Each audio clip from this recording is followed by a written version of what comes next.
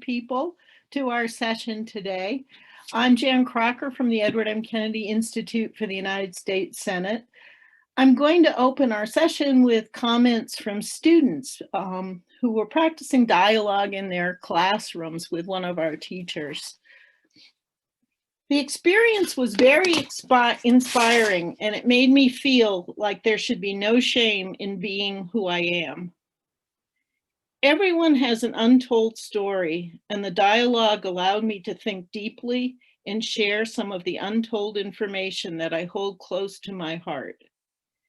I feel like dialogue is a great way to communicate and share your opinions on certain things because there is no criticism, because it's impossible to say anything wrong. My experience from the dialogue connects to my identity because it gives value to who I am and boosts my confidence no matter what I've been told, stereotypes that I've heard, or discriminations that I've experienced. I've just read to you quotes from students in the high school class of Damian Alfiero, one of the educators we have been training in dialogue-based techniques to be used in the classroom. His students had those comments after participating in a dialogue Damian facilitated. My friends Amy, Munslow, Allyson, Bachta, Karen Ross, Nadia Brock, and I welcome you to our session on learning by listening. We are the team, along with John Sarrouf of Essential Partners, working on the Kennedy Institute Civic Conversations project. It is a project about dialogue and learning to listen to those whom we engage in conversations, who may have different backgrounds, values, beliefs, and opinions on potentially divisive issues. The project evolved out of a casual conversation Amy and I had a couple of years ago. Amy was telling me about the division teachers and institute educators were seeing in students coming to the Institute's program on immigration. What I heard is students were being isolated by others' judgment of them and their own fears of expressing themselves. I saw there was a potential for the Kennedy Institute to offer dialogue training and skill development for teachers in framing conversations with students. That spark turned into this multi-year project funded by both the Leonore Annenberg Civics Award and the Institute for Museum and Library Services. We asked, we asked Essential Partners of Cambridge to partner with us. Their reflective structured dialogue seemed to be structured well for teachers and students new to dialogue by providing support, basic tools, and a way for students and teachers to create space together for hearing each other's opinions. To me, this method works well for creating dialogue as an evolving process rather than aiming for a fixed product or a perfect outcome.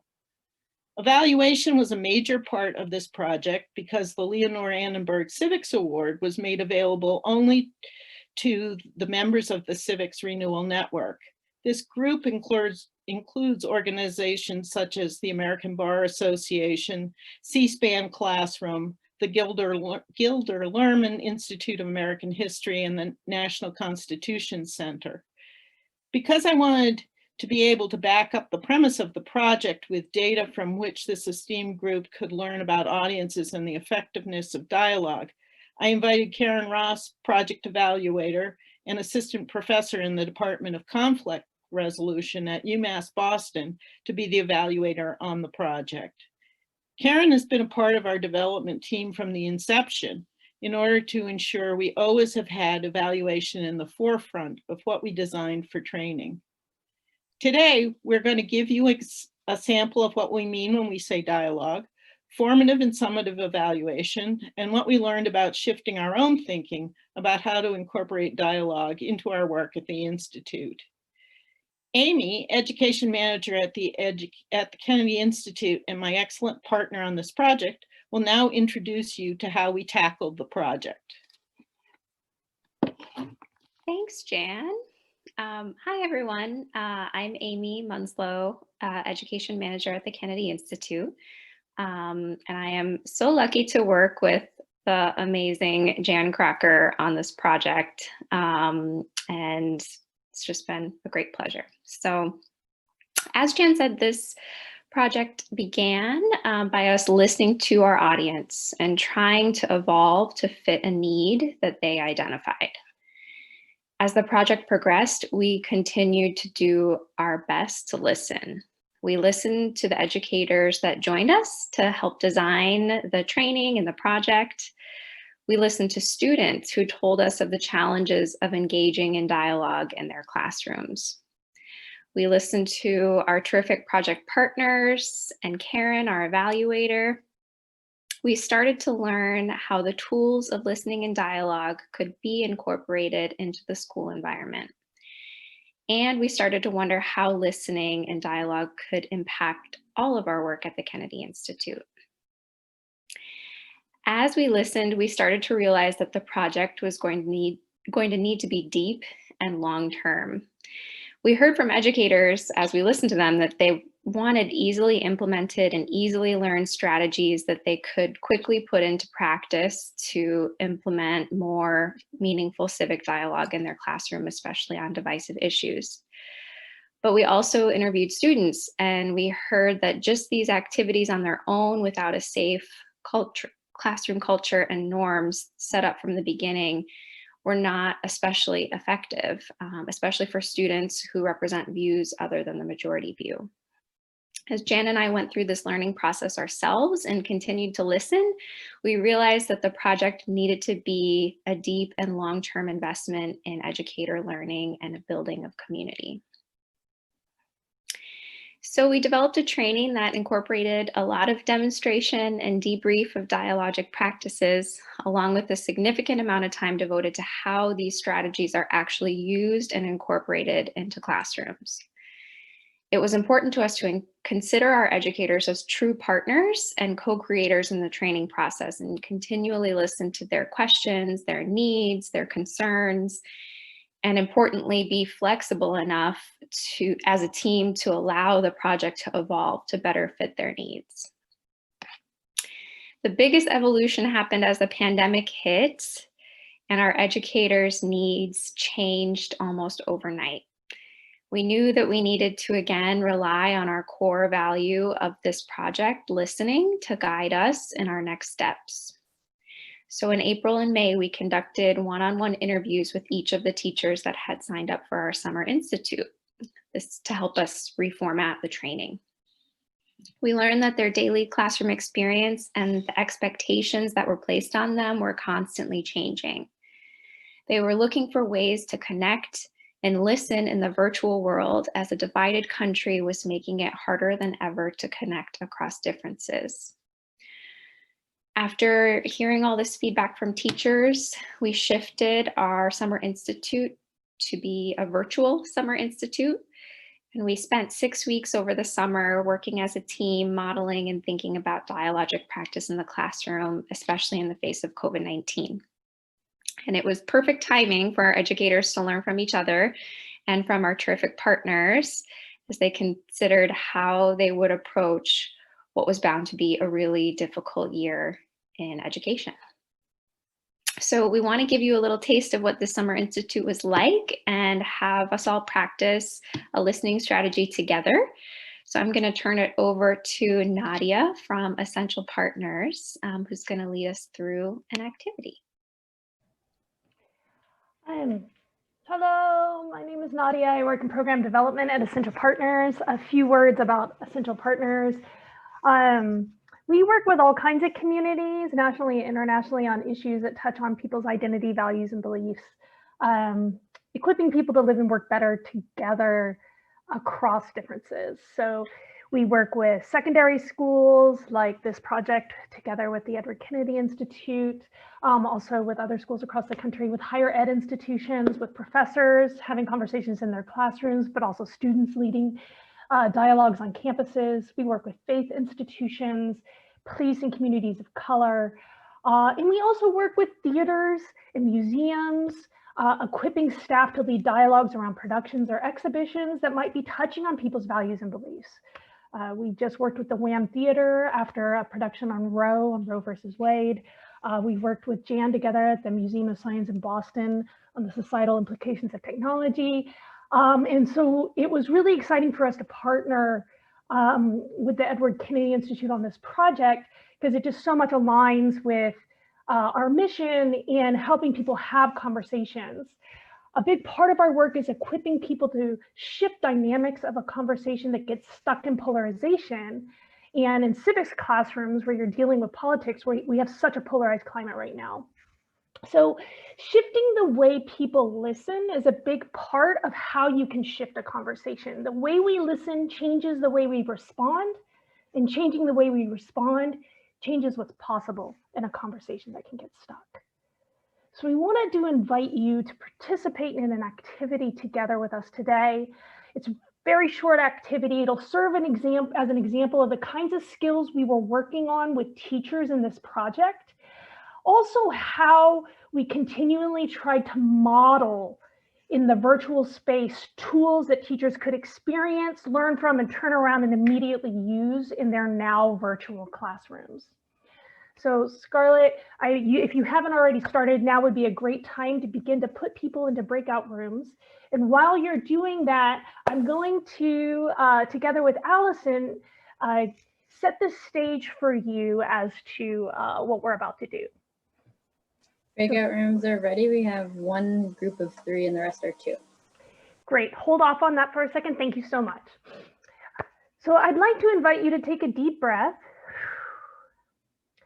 and think of a statement of belief, something that's true for you, something you could say in one sentence. It could be something innocuous, like it's better to do exercise in the morning before coffee, or all dogs should be on a leash outside. It could have some grist, teachers should keep their political beliefs outside the classroom. I just want you to, as you think of your statement, know that you're going to get some pushback on your statement. So take care of yourself. Don't choose something that's too sensitive that you might get upset if somebody pushes back on the one end. And on the other end, this exercise does work better if it's something you actually believe, not just cat videos are the best thing about the internet, unless that's something you truly believe. So take about 30 seconds to choose a statement. You might want to write it down so that you don't lose it. And then I'll set the stage for what we're going to do in our breakout rooms.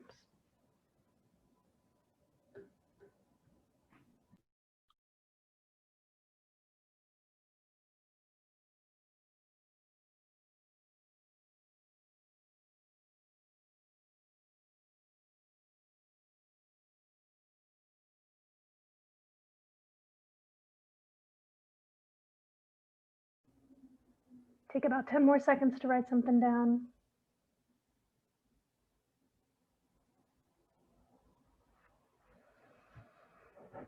Okay. So in a moment, I'm going to ask Scarlett to put us into rooms, and you'll be in pairs. And in the first round, when you go into your room, choose someone to go first, and that person will make a statement. They'll share the statement that you just thought of. The other person is going to ask questions intended to persuade the first person to change their mind, questions intended to persuade them to think differently. So even if you agree with the statement, just play devil's advocate for the purpose of the exercise. If you're the person making the statement, just respond to the questions like you would naturally. So Allyson is going to help demonstrate this for us. Allyson, would you please say your statement? Sure. And I'm going to ask questions to persuade Allyson to think differently. Okay. And this is a very true statement for me. I sternly believe that when you go to a movie theater, that when the movie starts, when the previews start, and that you should not talk during the previews. Allyson, don't you think that's a bit presumptuous to put your preferences over the preferences of others? I mean, there's no rule about this. There is a lobby. If you want to chat, you stay out there, and then when you're ready, you come into the movie theater. But I mean, why do you even care? The movie hasn't even started yet. Because I practically have to remortgage my whole house just to buy a movie ticket. I want to enjoy the entire experience, start to finish. Who died and made you queen? Sorry, I'm going to stop there. So Practice, Nadia. that was not part of our practice, but this would give you an idea. Have fun with it. Ask questions. Try to continue for the full 90 seconds. We'll give you 90 seconds to go back and forth like this. And after 90 seconds, we'll send you an alert in your breakout room and let you know to switch. And at that point, take a deep breath. And then the second person will say their statement, and the other person will ask questions intended to persuade. So that's going to be round one. After each person has this opportunity to ask these questions and receive these questions of persuasion, we're going to move on to round two.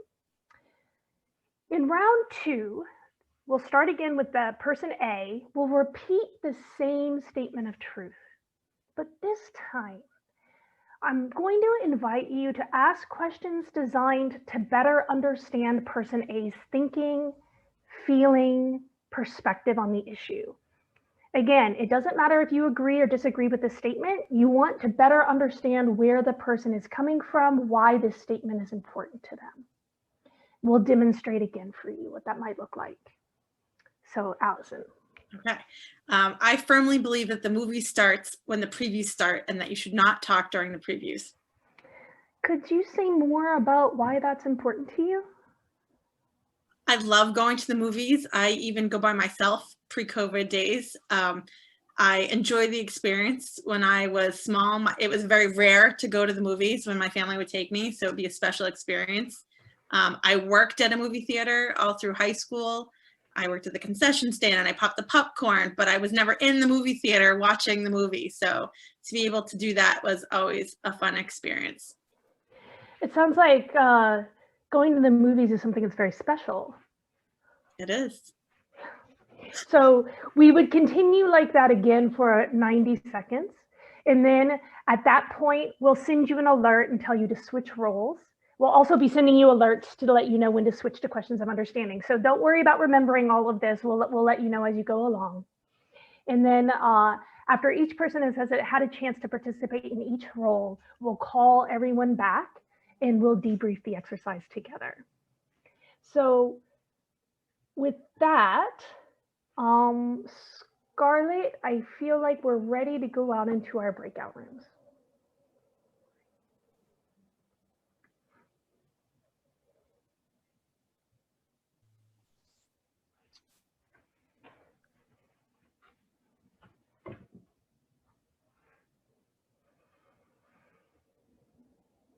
Just up.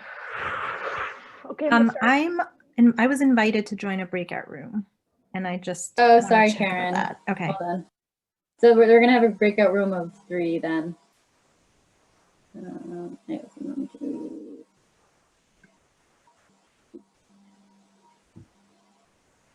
I've set a timer, Scarlett, so I'll let you know when to send out the first message. Great.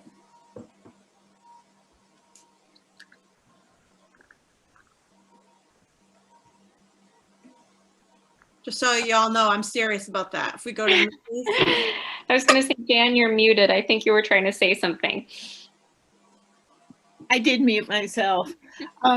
I don't see any questions that anybody asked yet. I don't know if we encouraged or reminded them though, so we could do that when they come back. Yeah, we did not do that. I didn't ask if they had any questions about what they were going to do because I was really nervous about what if they did. How would we find out? I don't understand how the Suva thing works. Allyson, you were making me miss going to the movies. Yeah, no. My favorite. I love going to the movies. I really do. And I can teach you how to sneak in and out of them and all the little tricks from working there. But yep, the previews are my favorite. My family knows.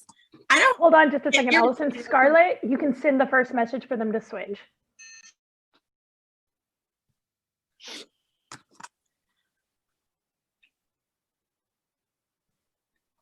Allyson, you can continue. I just need you to tell Scarlett to send the Hi, message. Catherine.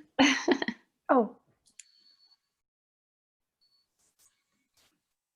Are you just joining us, Catherine? Oh, Oh, sorry. Catherine, you're on mute. Sorry. We just sent you to a breakout room. Did you just come from a breakout room? Did you get kicked out or no? I've invited you to breakout room 2, which now is going to have 4 folks, but it'll be okay. So just click join.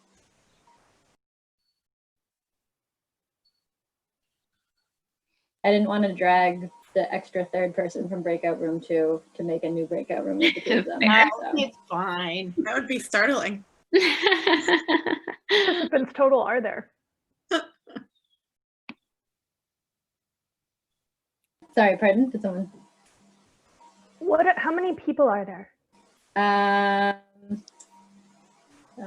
2, 4, 6, 8. I think we've got around 11. It says 117 people are attending, but that might include us. Whoops. Oh, Here comes hello. All right, I'm going to send you both to breakout rooms. We'll be right back.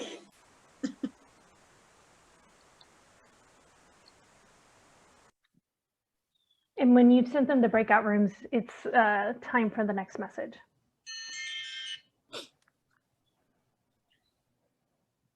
I'm worried they're not asking questions.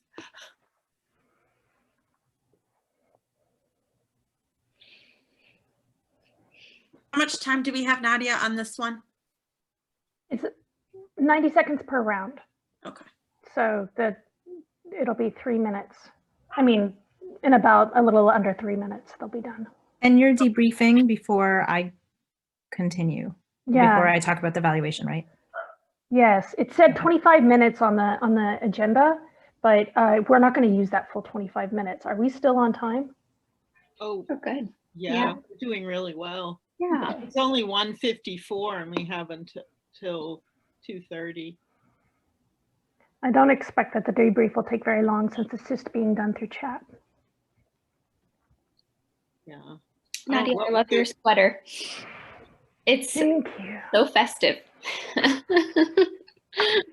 I bought it because it has this seam, which I loved so much. I don't know why. Hi, how are you? Hi, Catherine. Is your other Zoom not working? We can hear you now. That's good. Sorry, now I'm on my computer, so this should be better than what was happening with my phone.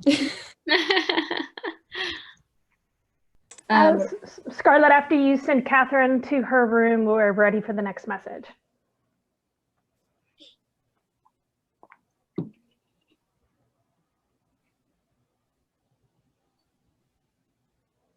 I'm stepping away for 30 seconds, and I'll be right back. So what do we do if we get to the end and no one has questions? How do we fill in the gap? We still have quite a few pieces left. The debrief, Karen's piece, and then you and I talking about takeaways. So I think it'll be good timing. Okay, good. I have discovered in the other sessions, a lot of people have questions and they haven't gotten to the questions, which it seems too bad, but we appear to be having the opposite problem so far. Scarlett, when you close the breakout rooms, does it give a timer for like 30 It gives seconds? 60. It's a 60-second timer. We forgot to change it. Jan, is there a way to perhaps like give examples or ask for examples from their own practice of when this might work or? Sure. Do you want to do that in your debrief? Sure. Okay. Get rid of this. That would be really good and helpful because they represent a huge variety of organizations. That's a great idea. Yeah, glad you had that thought. I may have some experience trying to pull participation out of people, especially Friday afternoons. Scarlett, you can close those rooms. I'm going to reshare the.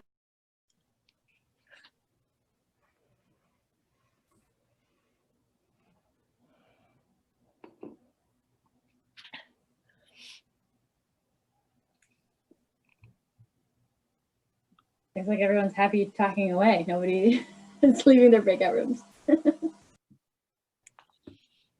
it is a fun exercise. It is fun. Can you guys see the presentation okay? Mm-hmm. Perfect.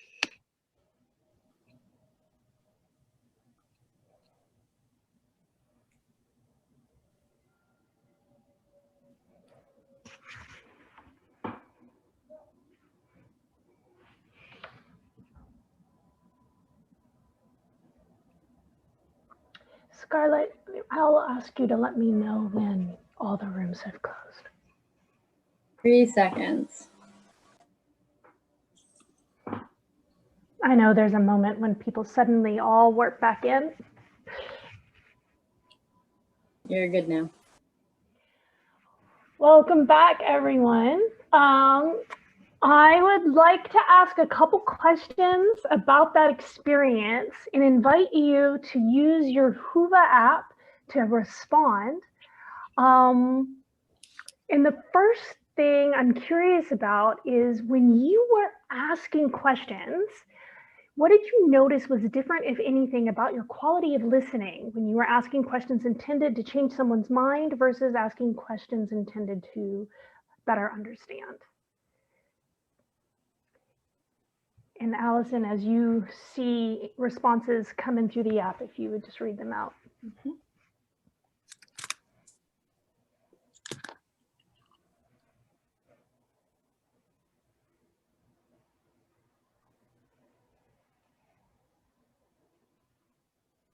Sorry, could you just repeat that again? Sure. As the person, when you were the person asking questions, what did you notice was different, if anything, about the quality of your listening?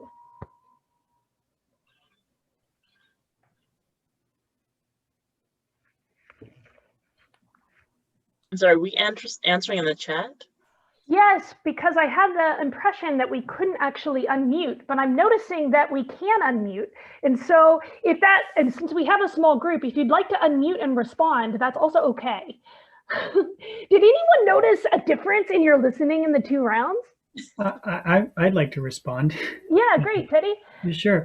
Well, I noticed that when I was in sort of persuasion mode, I definitely, and maybe it was just partly the structure of the exercise, but I found I had to devote more energy to coming up with what my next objection question would be. Right.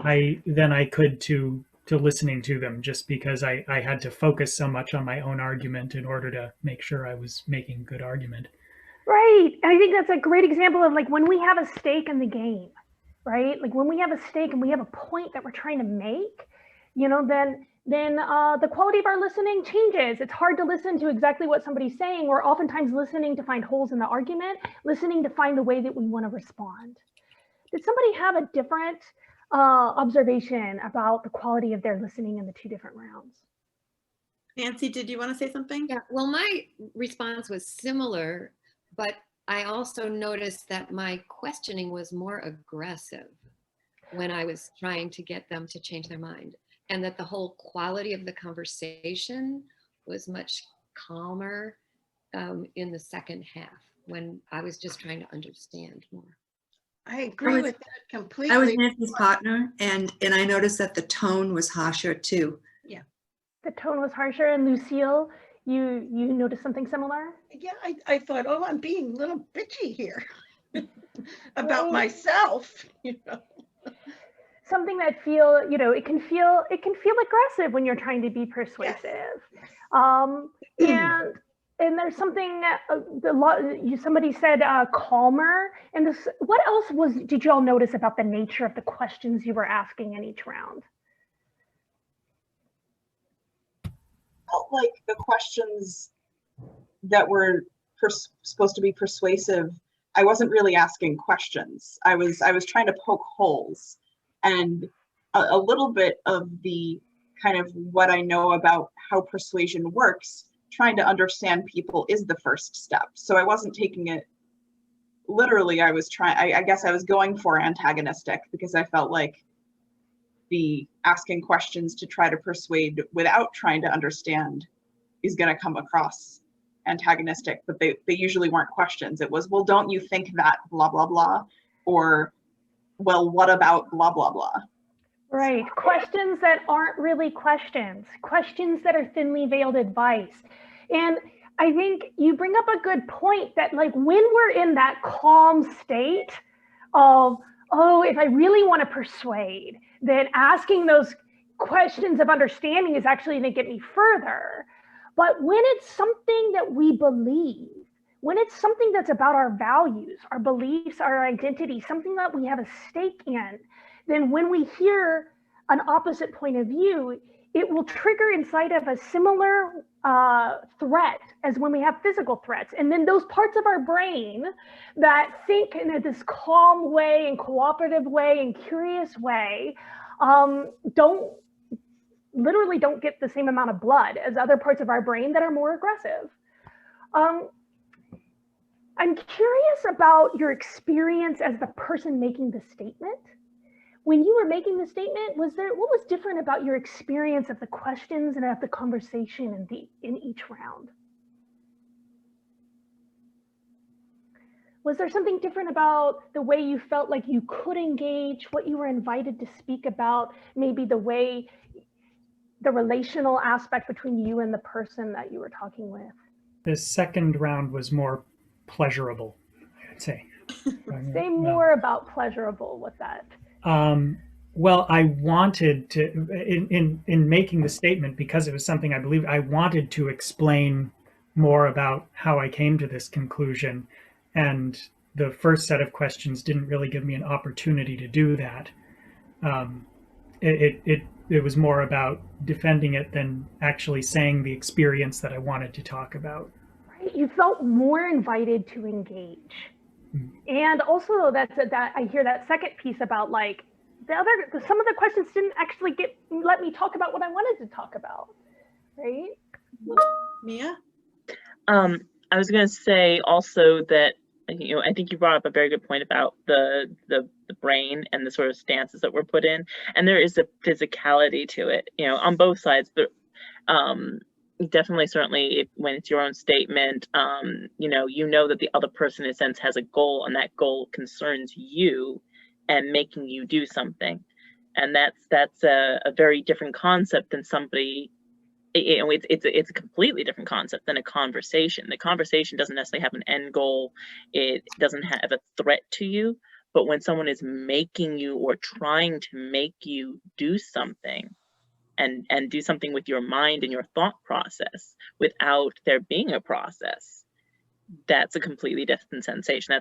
That is a physical defensiveness, and that physicality on both sides is going to completely, you know, block the other from hearing one another, because they're, you know, that right there, that's an end to it. But it also is going to make us a lot more upset in engaging those conversations. So. Right. I hear a lot in what you're saying that has to do with agency and the way that agency plays out. And, you know, as we work with teachers on trauma-informed classrooms, you know, the relationship between trauma and agency. I saw someone with their hand up, and we'll close this out, Lane. Well, yeah, I was just going to say that, you know, round 2 was sort of a getting to know you activity, and round 1 was a much more confrontational one. And that I'm so glad that we're going to finish on that statement, that getting to know you.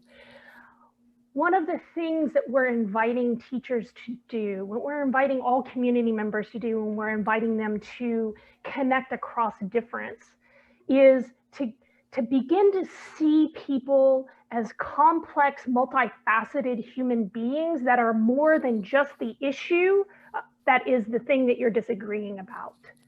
And so when we're working on a project like this, where we're talking to teachers and teaching teachers, how do you have these conversations in your classroom about very polarized issues, where you have a student who supports Trump, a student who supports Biden, and a student who doesn't care because I can't vote? How are you going to invite them to engage each other across that difference in a way that will let them get to know each other, so they become more than just a single issue, but somebody that I'm also on the basketball team with, and somebody that I'm also working on the science project with, and somebody that also loves the same band that I love. And so with that, Nadia. Yes, Allyson. Before we transition, can we have one last comment? I noticed one other person that had been waiting. Yes, I'm sorry, I can't see everyone on my screen, really so I hard. apologize. That's why I thought I would jump in. Lucille, did you want to add your comment? Oh, you're on mute. Oh, there we go. Yes, one of the things I felt from myself in terms of listening was that when I made my statement and my partner started arguing with me, I kind of shut down. I thought, there isn't anything she can say to change my mind.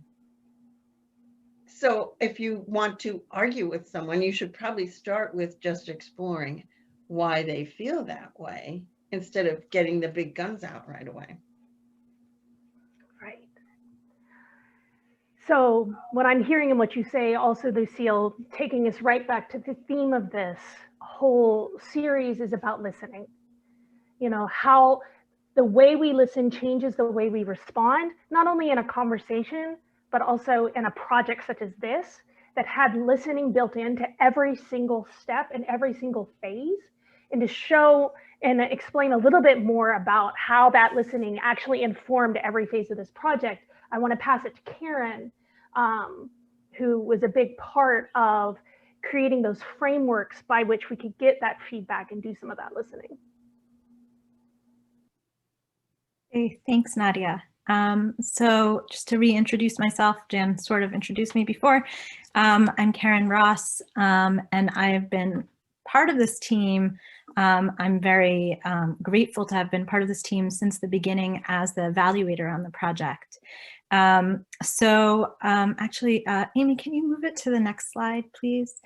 So I want to talk a little bit in the next few minutes about the approach that we have taken to evaluation in this project, and how that really corresponds with and syncs with the listening framework that the Civic Conversations project has taken. And I want to talk about that kind of in the big picture, and then talk a little bit about the specifics of how we've done that. So on the first point, Jan noted earlier that evaluation has been a part of this project from the very beginning, and I have been part of this team from the very beginning.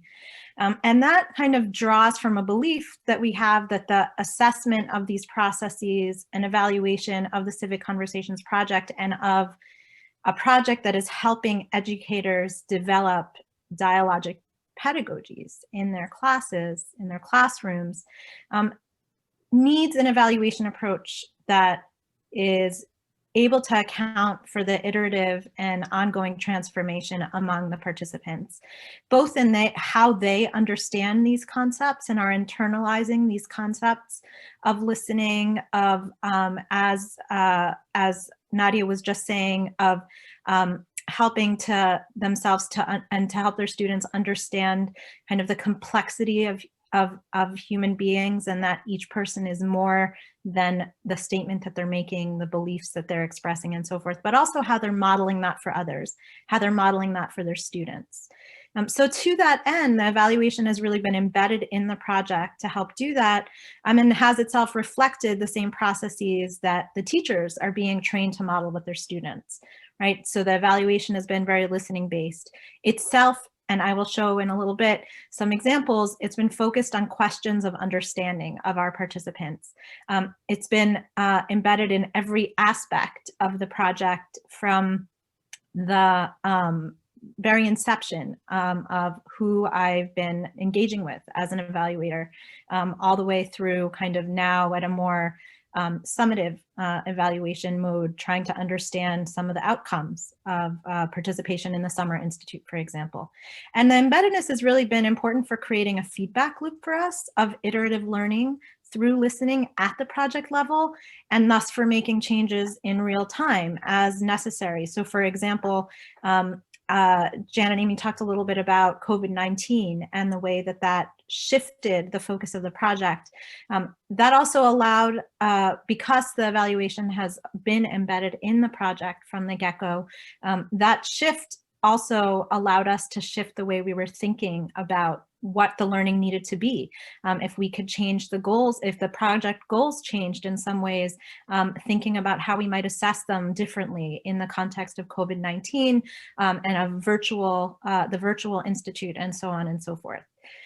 So just in terms of some of the specifics of that, as I said, this has really been a process of listening, and to the kind of point about dialogic processes in general, I've really seen my own role as one of facilitating this evaluation rather than doing the evaluation.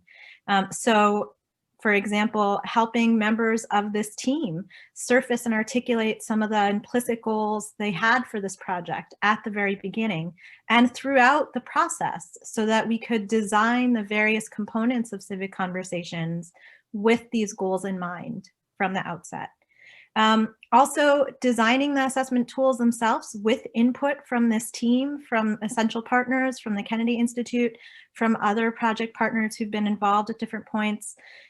You know, and that is in part based on an understanding that all of the different stakeholders in these projects have different expertise and different lenses than I do. So listening to them as part of developing those protocols and tools. And then, you know, trying to understand from the team, from the participants, from the project as a whole, what is necessary as it's happening. So for example, after the design group, first group of participants, some formative assessments were done that were used as the basis for conversation among the team about the Summer Institute. Some of the feedback from the Summer Institute, some of the learning that's been done now in the evaluation is being used as we think ahead to next steps of what we might do as a team in this process. And similarly, the methods that have been used for the evaluation are themselves, to the extent possible, really oriented towards dialogue, towards questions of understanding, right, along the lines of the exercise that we just did, in order to elicit a better understanding of participants' experiences. And I want to just, Amy, if you can switch to the next slide, I just have two examples here of what that looks like.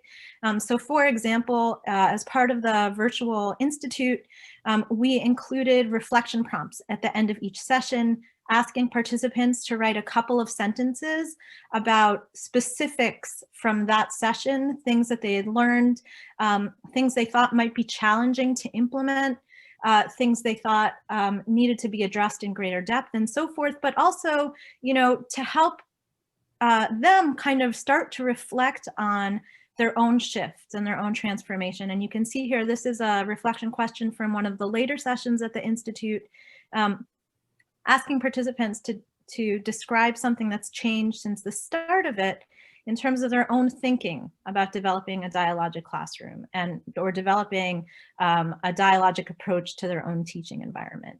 The second example, Amy, in the next slide, is from interviews that I've been doing now with Summer Institute participants after they have implemented dialogic activity with their classes, although this particular question is not about that so much as about their experience in the Summer Institute. And the question, someone said to me when I asked it, they said, you know, that really sounds like a dialogue question. So I thought it would serve as a good example, right? You know, for participants, asking them to think of a moment that best encapsulates the Civic Conversations experience for you and to describe it. And two are a few key points that I want to just close on.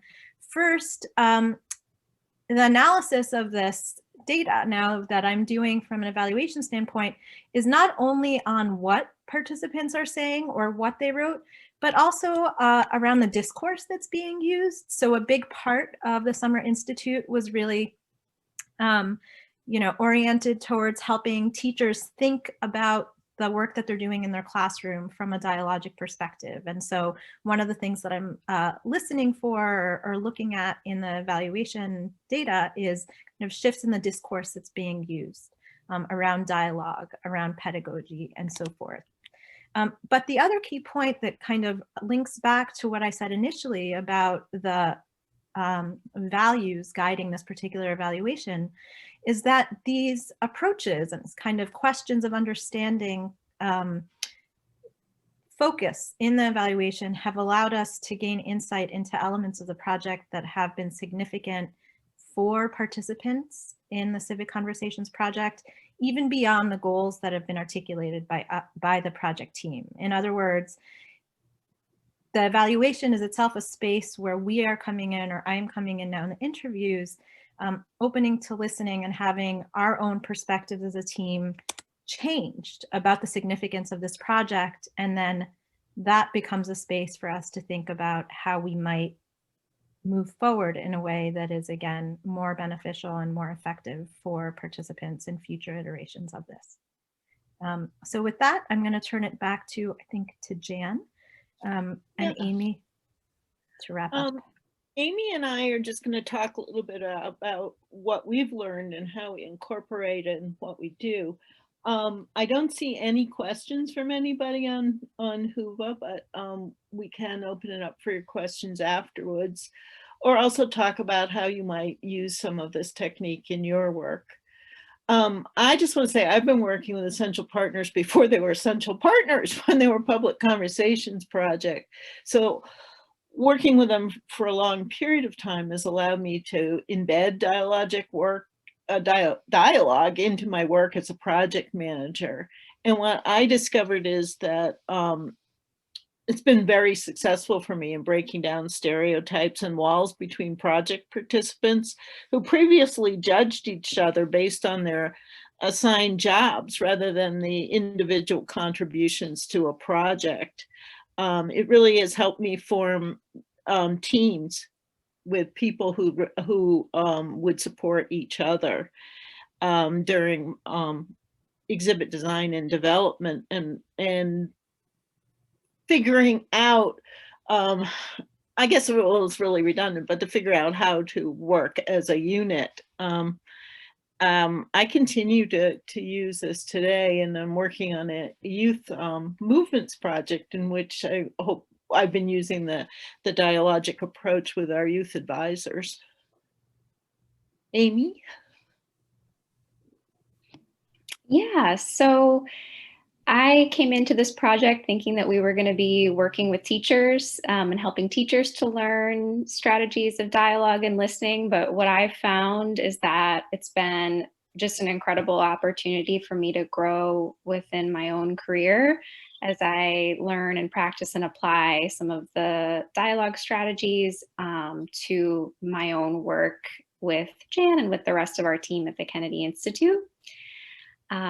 We've learned little things, and I noticed Jan doing them too, now that I know kind of what to watch for, but things like starting meetings with a connecting question. So before you get into content, you know, having an opportunity for everyone to connect on something outside of, you know, our roles in the museum has been a really great thing that I've kind of put into practice in different meetings that I've facilitated.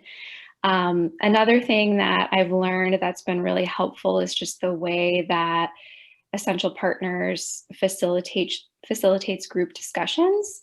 So using the round table format so that everyone has an equal opportunity to participate, I think is really important, especially in the virtual Zoom world where, you know, we've all been in meetings where there's like 2 or 3 people who talk the whole meeting and 10 people who never say anything.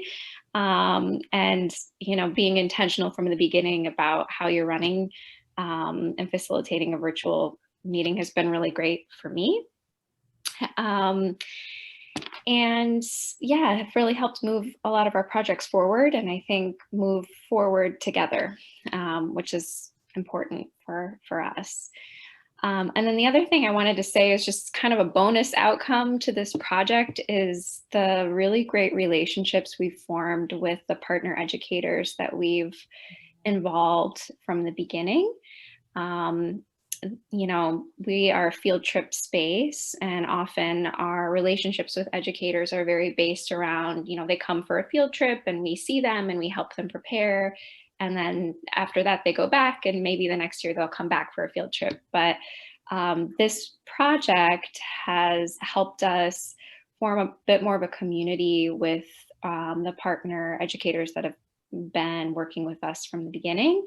A community that's kind of beyond the walls of the Institute and beyond specific programs to allow them and allow us to kind of use their expertise in many other projects that are ongoing at the Institute. And it was like a very valuable time for this to happen, because this summer we were working to try to translate all of our in-person field trip experiences to virtual experiences. So having a window in this moment into what an educator's daily experience is like and what their needs are was just so valuable to us, and something that just was a great bonus for this project that we didn't even really identify from the beginning.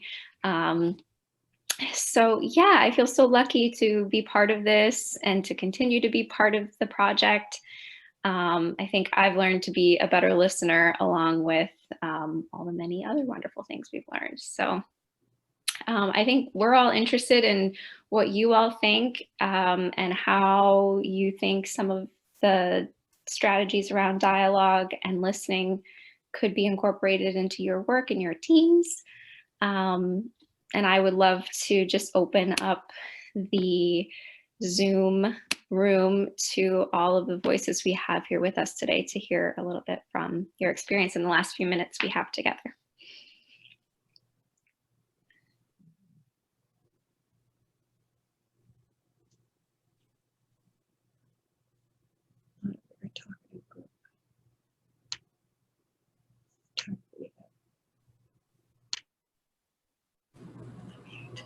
Well, I think it's going to help me to just be a better listener. I mean, I'll observe what I'm doing when I'm questioning people and trying to, understand or,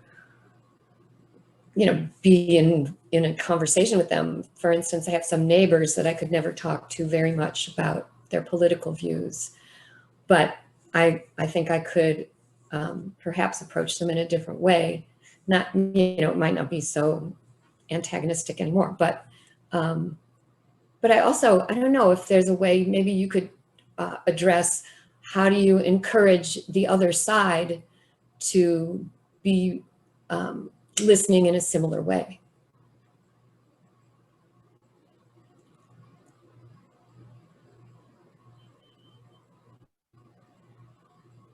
I was thinking, could I jump in for that, Nadia? Go ahead. Okay. Thanks for your question. As you were speaking, I was thinking a lot about the physical reactions that Nadia was speaking about earlier, and how if you're able to take the heat of the conversation down simply by the questioning, that you might have more of an open and engaging conversation with one another.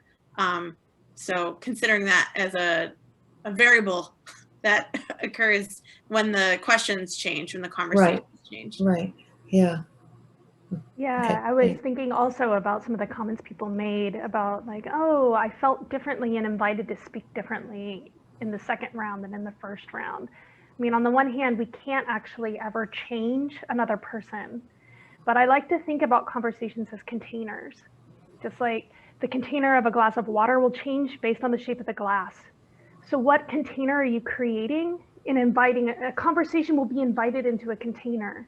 And so, as you said, like being inspired to ask a different kind of question is going to invite a different kind of response.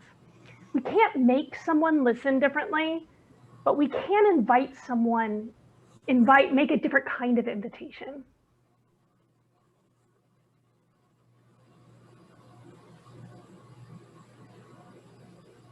I just want to say one thing. I have to practice this with my 95-year-old father all the time because he's a Trump supporter, and I cannot understand how we can be so different.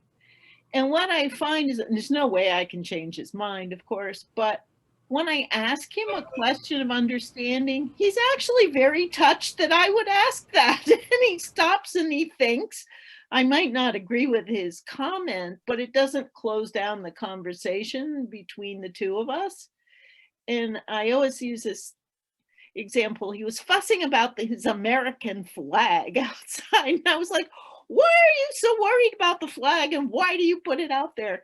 And his answer was perfect for me. He said, because I was in the military and that's what you do is you raise the flag. Never would I have had a commonality of experience to have thought of that.